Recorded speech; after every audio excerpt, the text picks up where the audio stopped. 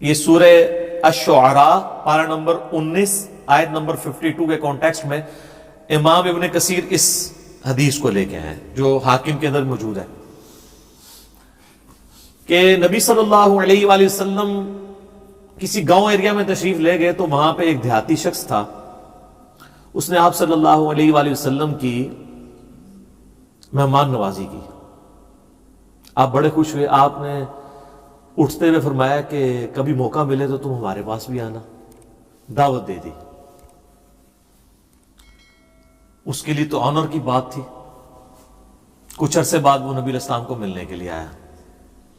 آپ صلی اللہ علیہ وآلہ وسلم نے اس کی خوب مہمان نوازی کی. ایک تو بدلہ اتر گیا. پھر آپ نے اینڈ پہ فرمایا مانگ کیا مانگتا ہے؟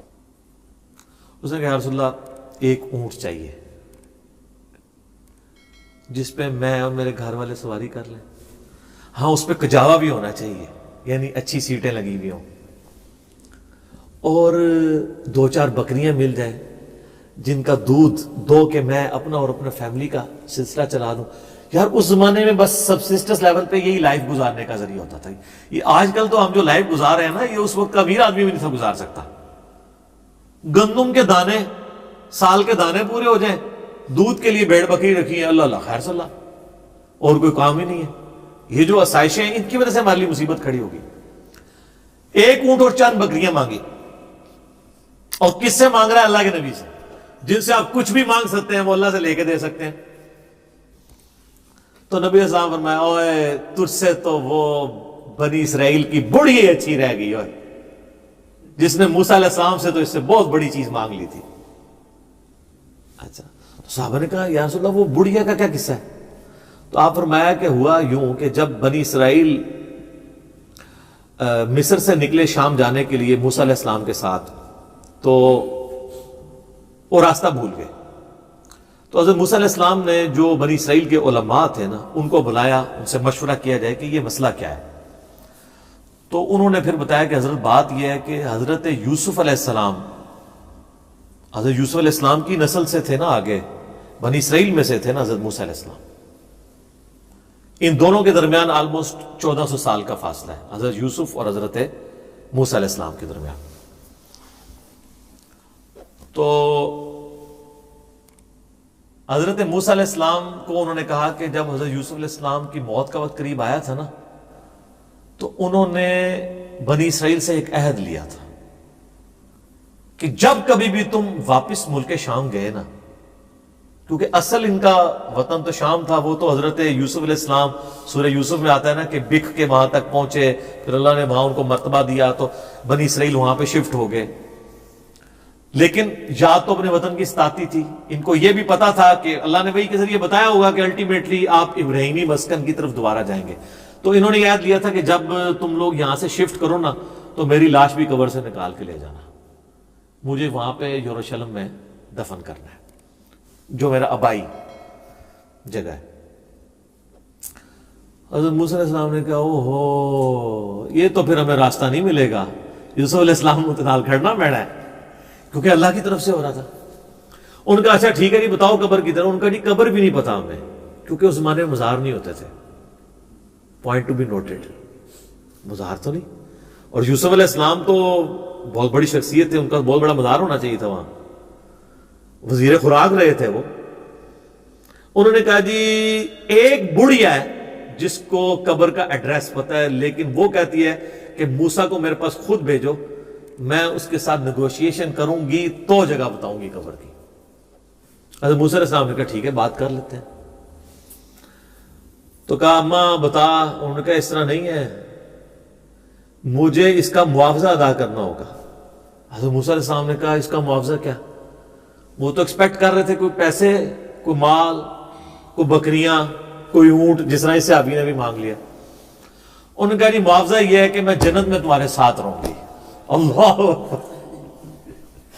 حضرت موسیٰ علیہ السلام کا رنگ فاق ہو گیا, چہرے پہ ناگواری کے اثار آ گئے کہ یہ کیا مانگ رہی ہے, پھر دوسرا ہی میرے اختیار میں بھی نہیں ہے. تو حدیث کے الفاظ ہیں اللہ تعالیٰ نے اسی ٹائم حضرت موسیٰ کو وحی کی کہ آپ کمٹمنٹ کر لیں اس کے ساتھ. اوہ ہائے دینے والا تو اللہ ہے نا جی. موسیٰ علیہ السلام نے کہا ٹھیک ہے. اس لیے حضور نے اس اعرابی کو کہا او یار تجھے تو بڑھیا اچھی رہ گئی، یعنی تو مجھ سے جنت میں میرا پڑوس مانگ لیتا، تو نے مانگی تو دنیا کی چیز مانگی۔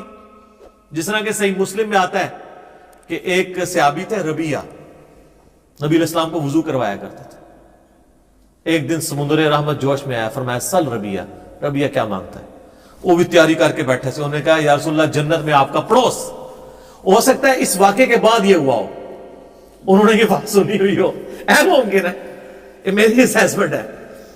تو آپ فرمایا اور بھی کچھ مانگ لیں، ان کا نہیں یا رسول اللہ اس کے بعد تو مجھے کچھ نہیں چاہیے۔ تو آپ نے فرمایا پھر کثرت سجود سے میری مدد کر، یعنی اللہ کی عبادت کر کثرت کے ساتھ، میری شفاعت بھی تیرے کام آئے گی، الٹیمیٹلی تجھے جنت میں میرا پڑوس مل جائے گا انشاءاللہ تعالی۔ بلکہ آپ لوگوں کے لیے خوشخبری، بخاری مسلم میں حدیث ہے کہ ایک صحابی ہے، ان کا یا رسول اللہ قیامت کب آئے گی؟ آپ نے فرمایا کہ کوئی قیامت کے لیے تو نے تیاری بھی کی ہے؟ تو اس نے کہا یا رسول اللہ میں تو بس موٹے موٹے دین پہ چلتا ہوں، فرائض پورے کرتا ہوں، کوئی ایکسٹرا نفلی باتیں میرے پاس نہیں ہے، ہاں میں اللہ اور اس کے رسول سے محبت کرتا ہوں۔ تو آپ نے فرمایا پھر اللہ اور اس کا رسول تمہارے ساتھ ہوں گے۔ حضرت انس بن مالک کہتے ہیں کہ اسلام لانے کے بعد رسول اللہ کے کسی فرمان سے ہمیں اتنی خوشی نہیں ہوئی جتنا اس فرمان سے ہوئی کہ جو اللہ اور اس کے رسول کے ساتھ محبت کرتا ہے، اللہ اور اس کا رسول قیامت والے دن اس کے ساتھ ہوں گے، یعنی اسے بھی پڑوس مل جائے گا۔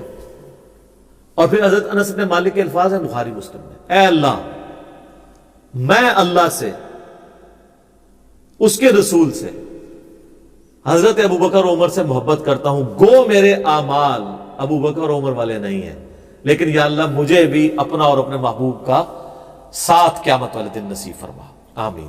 ہم بھی دعا کرتے ہیں کہ گو ہمارے اعمال بھی صحابہ اور اہل بیت والے نہیں ہیں، تب بھی اللہ تعالیٰ محض اپنی رحمت سے، اپنے نبی علیہ السلام کی شفاعت سے ہمیں ان مبارک ہستیوں کا پڑوس قیامت والے دن نصیب فرمائے، آمین ثم آمین۔ اچھا، تو اب وہ بڑھیا نے کہا کہ جی میں آپ کو پتہ بتاتی ہوں۔ اب وہ بڑھیا جناب ان کو ایک تالاب کے اوپر لے گئی، حدیث کے الفاظ ہیں وہ تالاب بھی بالکل سبز ہو چکا ہوا تھا، یعنی بہت پرانا تالاب تھا، کوئی اتنے یوز میں بھی نہیں تھا، کوئی سمجھ لیں آج کل جس طرح کیچڑ والا کوئی جوہڑ ہوتا ہے۔ اس نے کہا جی اس پانی اس کا نا تالاب کا باہر نکلوائیں، اس تالاب کو خشک کریں۔ تو تالاب خشک کیا گیا، تو اس کی بیسمنٹ کے اندر اس نے نا ایک جگہ لوکیٹ کی کہ یہاں پہ آپ کھودیں، یہاں پہ ان کی قبر ہے۔ اے دسو کسی لبنی سی اس مانے علم غیب ہی نہیں سی ہوتا، نہیں تالاب جانا، ٹھیک ہے۔ بزرگوں کہتے ہیں نا علم غیب ہے، وہ جب تک اللہ نہ بتائے تو پیغمبر کو بھی نہیں پتا چلتا۔ تو خیر وہ قبر کھودی، اور حدیث کے الفاظ ہیں کہ انہوں نے حضرت یوسف علیہ السلام کا جسد انور نکالا، تو پھر بنی اسرائیل کے لیے جو ہے نا راستہ بالکل واضح ہو گیا، پھر وہ اپنے سفر پہ چل پڑے۔ تو یہ حدیث ہے جس میں حضرت یوسف علیہ السلام کا جسد انور وہاں پہ شفٹ کرنے کی بات ہے۔ لیکن اس حدیث کے اندر ایک اشکال بھی ہے، میں اس کو کلیئر کر دوں۔ اس حدیث میں الفاظ ہیں کہ حضرت موسیٰ علیہ السلام نے کہا وَاسْتَخْرِجُوا عِظَامَ یوسف، یوسف کی ہڈیوں کو یہاں سے نکالو۔ اس کی وجہ سے بعض لوگ یہ کہتے ہیں کہ جی یہ تو حضرت یوسف علیہ السلام کا تو جسم معاذ اللہ سلامت نہیں تھا، وہ تو ہڈیاں شفٹ کی گئی ہیں۔ شیخ البانی رحمہ اللہ تعالی سلسلہ احادیث صحیحہ میں لکھتے ہیں کہ میں بڑا عرصہ پریشان رہا کہ ہمیں تو صحیح احادیث کی روشنی میں یہ بات پتہ ہے، ایور قرآن سے بھی اشارہ ملتا ہے، میں بعد میں بتاتا ہوں آپ کو، کہ انبیاء کے جسموں کو مٹی نہیں کھاتی ہے، تو یہ کیسے ہو سکتا ہے کہ یوسف علیہ السلام کے ہڈیوں کا ڈھانچہ وہاں پہ ہو؟ تو کہتے ہیں میرا مسئلہ حل ہوا جب میں نے سنن نبی داؤد میں وہ حدیث پڑھی نا، حضرت تمیم داری نے کہا یا رسول اللہ صلی اللہ علیہ وآلہ وسلم آپ یعنی کھڑے ہو کے خطبہ دیتے ہیں تو میں آپ کے لیے ایک ممبر نہ تیار کروا دوں جس پہ آپ بیٹھ کے تھوڑی دیر آرام کر لیا کریں۔ تو اس میں پتہ کیا الفاظ ہے؟ وہ کہتے ہیں یحمل عظامک، اس ممبر پہ آپ اپنی ہڈیاں رکھ سکیں، ہونا تو چاہیے تھا جسم رکھ سکیں۔ تو البانی کہتے ہیں کہ وہ مجھے پتہ چلا کہ یہ عرب کے لوگ محاورتاً یہ لفظ بولتے ہیں، یعنی وہ جسم ہڈیوں کے ایکویلنٹ جسم اور جسم کے لیے ہڈیاں استعمال کرتے ہیں، ٹھیک ہے۔ جیسے ہمارے جسم میں درد ہو تو ہم کیا کہتے ہیں میری ہڈیاں ٹوٹ رہی ہیں، اس کا یہ مطلب نہیں ہوتا کہ فزیکلی کوئی ہڈیاں ٹوٹ رہی ہیں، جسم میں درد ہے۔ بریانی کھائی ہے تو سینے میں آگ لگی ہوئی ہے، اس سے مراد وہ فائر نہیں ہوتی، یہ محاورہ تھا۔ تو کہتے ہیں اس سے آپ یہ بھی کہہ سکتا تھا یا رسول اللہ جس پہ آپ آرام کر سکیں، اس نے لفظ کیوں استعمال کیے کہ یحمل عظامک، آپ کی ہڈیاں، آپ اپنی ہڈیاں اس پہ رکھ سکیں، تو ہڈیاں اپنی کو رکھ سکتا ہے، تو اس اشکال کا جواب